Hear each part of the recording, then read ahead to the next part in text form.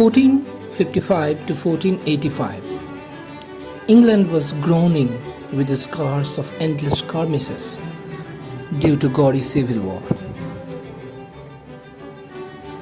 The chief belligerent parties of the Civil War, the House of Lancaster bearing the flag of Red Rose and the House of York bearing the flag of White Rose, fought at the Battle of Bosworth Field that proved to be a decisive battle. The endless feuds during 1445 to 1485 were known as the Battle of Rose because the emblems of the two parties carried rose as their symbol. Henry VII came up with flying colours and established Protestant rule all over England. He married the widow of his dead brother and had a girl child called Mary. He had 6 queens. Edward VI was the eldest and he was a Protestant, but he was suffering from ill health. So, once he passed away, Mary I ascended the throne. She was a staunch Catholic. She destroyed all the Protestant churches and ruthlessly killed the Protestant followers. Her notoriety and brutality gave her the epithet Bloody Mary. Once Elizabeth I ascended the throne, and at the age of 14, she took up moderate policy. She was a Protestant but did not unleash any torture or did not back any vandalism. She established Anglican Church that neither followed strict measures of a Roman Church nor the rules of Protestant ways. It hit a balance, and the topsy-turvy society, ridden with torture, started to improve slowly. Her long reign of 45 years did not face any extreme emergency, and that was the golden age from all aspects. Renaissance flourished, and an array of scholarly writers came up with a timeless masterpiece. William Shakespeare was one of them.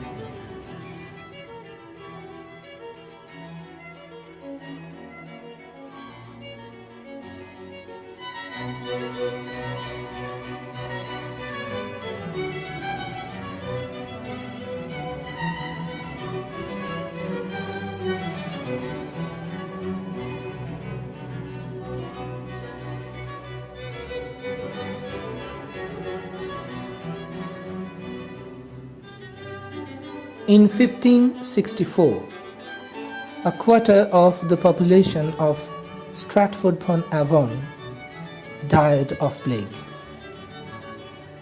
One of those who escaped was the infant William Shakespeare, who had been born in April that year.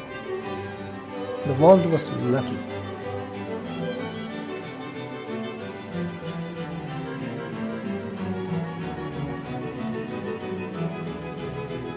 His mother was named Mary Arden and came from a respectable family of landowners. Despite the social standing of the parents and the fame of their son, there survives no account of the family's life. For in Elizabethan England, only major ecclesiastics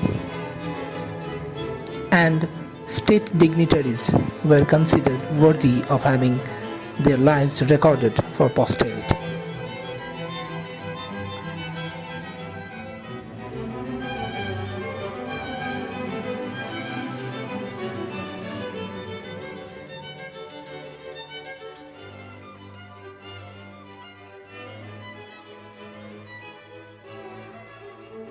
We can, however, safely assume that Shakespeare attended the grammar school at Stratford.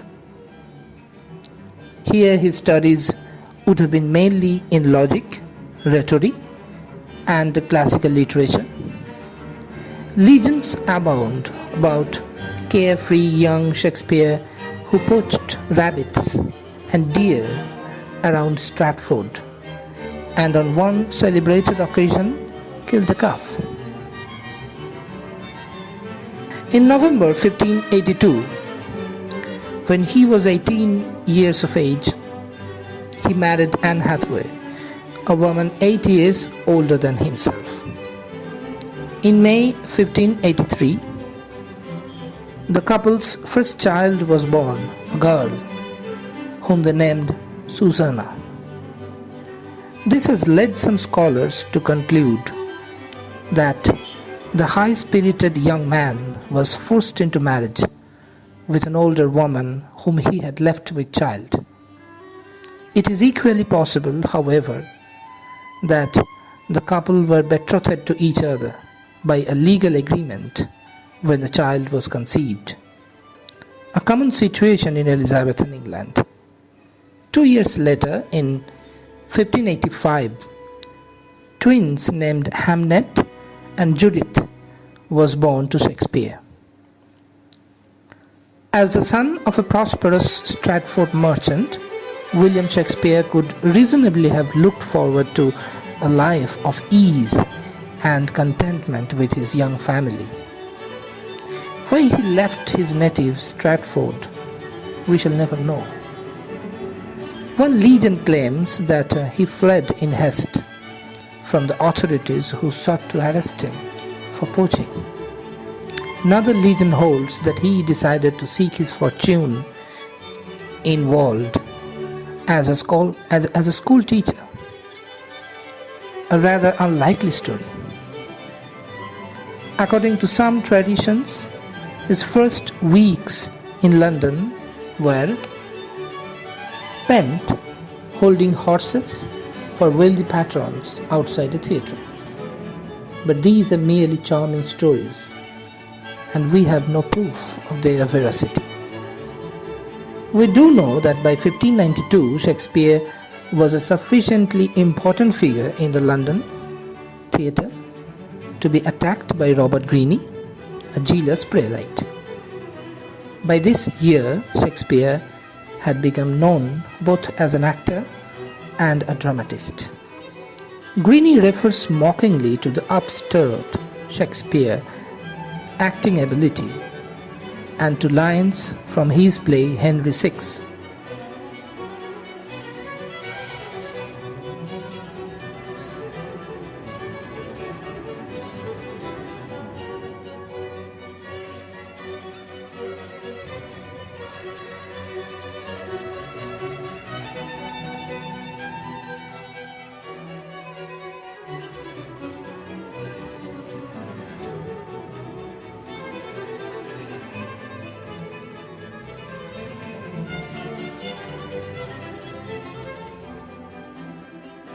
Despite his great success as a dramatist, Shakespeare continued to act throughout his career.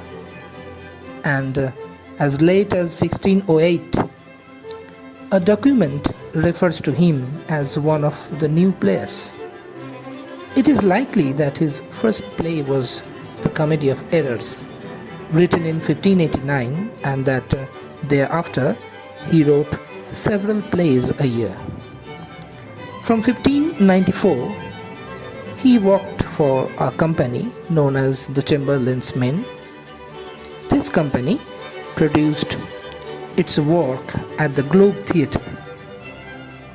After 1519, and Shakespeare himself held a 1/10 share in the playhouse. He is the only dramatist of his time known to have held shares in a theatre as a business concern. Clearly, he was an adept man of affairs and amassed a considerable fortune. In 1597, he purchased for his family New Place, one of the largest houses in Stratford. Furthermore, he invested widely his property in the Stratford area. His years of success were filled with the work for the theatre. but he also achieved a reputation as a poet. In 1593, he published a narrative poem called Venus and Adonis, which was dedicated to the Earl of Southampton. In that year also, he began work on his justly celebrated sonnets. In the following year,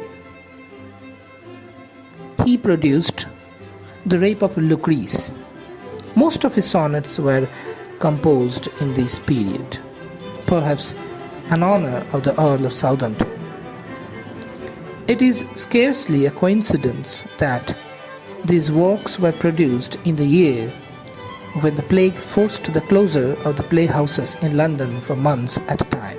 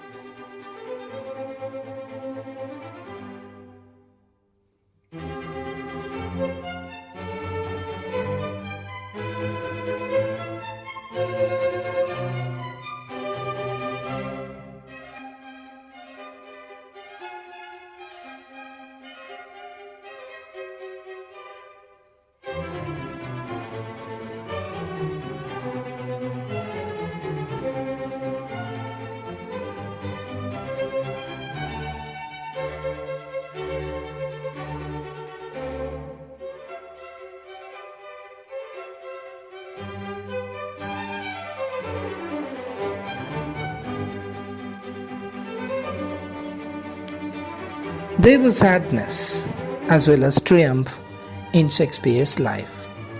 For in 1596, his son Hamlet died. Shakespeare's later plays are filled with the increasing sense of sorrow, which may have been caused by sufferings in his personal life or by disillusion after his initial success. In 1607, his daughter Susanna married Dr. John Hull. 2 years later, the sonnets were published. About the year 1611, Shakespeare retired to Stratford, and in 1613, he bought a house in Blackfriars. In 1616, his remaining daughter, Judith, married a man named Thomas Quincy. Later, in that same year, William Shakespeare died. A month before his death, he had carefully drawn up his will, leaving his property to his children and minor bequests to actors and friends. He was buried in the churchyard in Stratford on 25th April 1616.